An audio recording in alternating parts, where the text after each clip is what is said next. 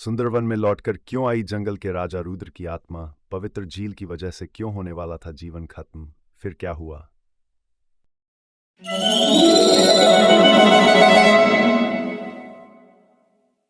एक घना जंगल था जिसका नाम सुंदरवन था। इस जंगल पर एक शक्तिशाली और भव्य शेर वीर का राज था। उसकी दहाड़ से पूरा जंगल थम जाता था और उसकी ताकत का कोई मुकाबला नहीं था। लेकिन वीर सिर्फ ताकतवर राजा ही नहीं बल्कि एक न्यायप्रिय और दयालु शासक भी था। हालांकि हाल के दिनों में जंगल में एक अजीब अफवाह फैल गई थी।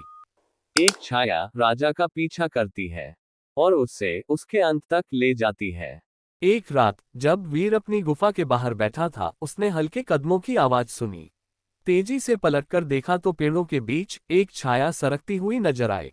जैसे ही वह आगे बढ़ा, वह छाया हवा में गायब हो गई। अगले दिन सुंदरवन के जानवर उसके पास आए। उनके स्वर कांप रहे थे।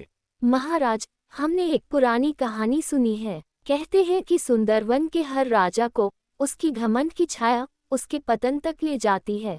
वीर जोर से हंसा। एक शेर मौत से नहीं डरता। मैं खुद इस श्राप का सामना करूंगा और इसकी सच्चाई का पता लगाऊंगा। वीर ने जंगल के सबसे बुजुर्ग हाथी भानु को बुलाया, जो अपनी बुद्धिमत्ता और जंगल के इतिहास के ज्ञान के लिए जाना जाता था। ये श्राप की कहानी क्या है? वीर ने पूछा। भानु ने गहरी सांस ली। सालों पहले एक महान शेर रुद्र ने इस जंगल पर राज किया। अपने अहंकार में उसने सुंदरवन की पवित्र झील को सूखने दिया, जिससे उसके केंद्र में मौजूद जीवनदायी पेड़ नष्ट हो गया। तब से कहा जाता है कि जो भी उस स्थान को परेशान करेगा, उसकी छाया उसका पतन करेगी। इस रहस्य को सुझाने के लिए वीर ने उस प्राचीन गुफा में जाने का निश्चय किया, जहां से छाया के उत्पन्न होने की बात कही गई थी। वीर अपने वफादार दोस्त चीता अर्जुन के साथ गुफा में दाखिल हुआ।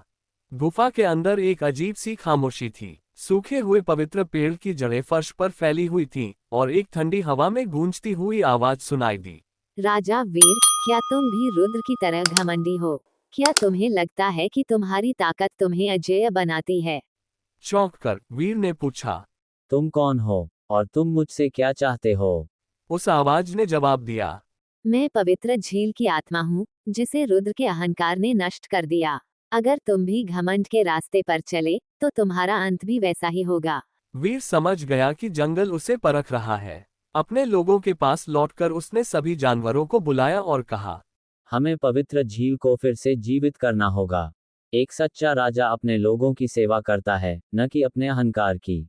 मिलकर हम वह सब वापस लाएंगे जो खो गया है। जानवरों ने जी जान से काम किया, पेड़ लगाए और झील को पानी से भरा। धीरे धीरे पवित्र स्थान में जीवन लौट आया। वह छाया फिर कभी नहीं दिखी। वीर सुंदरवन का सबसे प्रिय राजा बन गया, अपनी ताकत के लिए नहीं बल्कि अपनी विनम्रता और समर्पण के लिए।